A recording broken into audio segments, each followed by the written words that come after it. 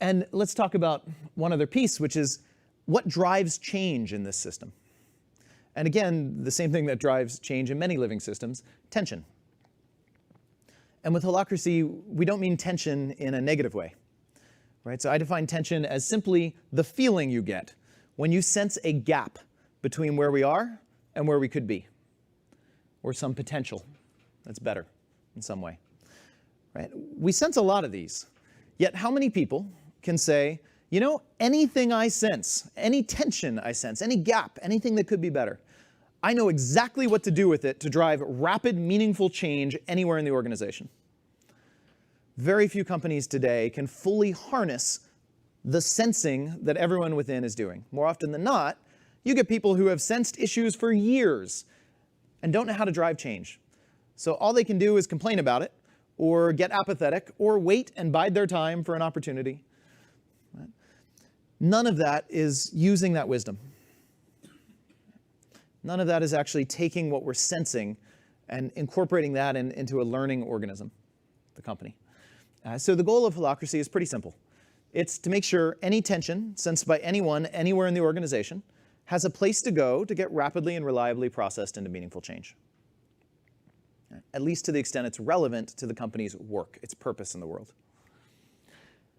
And this also keeps us really, really grounded. Right? How many organizational designs do you see today that are the product of somebody's vision? And actually, that sounds great, but I think there's a lot of issues with that. Anyone here in the software development world? I'm imagining many of you, right? Yeah.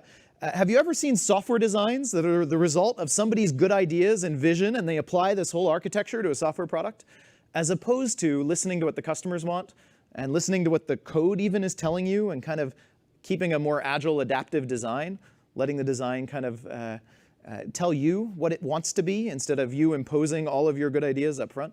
We learned a long time ago in the software world that that kind of waterfall design process doesn't lead to great results when you have dynamic complexity in the world, when you have a lot of change, a lot of input, and you've got to learn. Our organizations today are in that world too. And yet the approach we take to designing organizations is very much somebody's big vision, grand ideas, top-down, imposed, applied design, and then it's static, and it doesn't change that much. And the best we can do in that is try to work around it. And we experience the structure as getting in the way, limiting bureaucratic structure. If we want to respond to a world that is changing fast with our companies today, we need companies that can be responsive to everything sensed by everyone within and let the design evolve itself.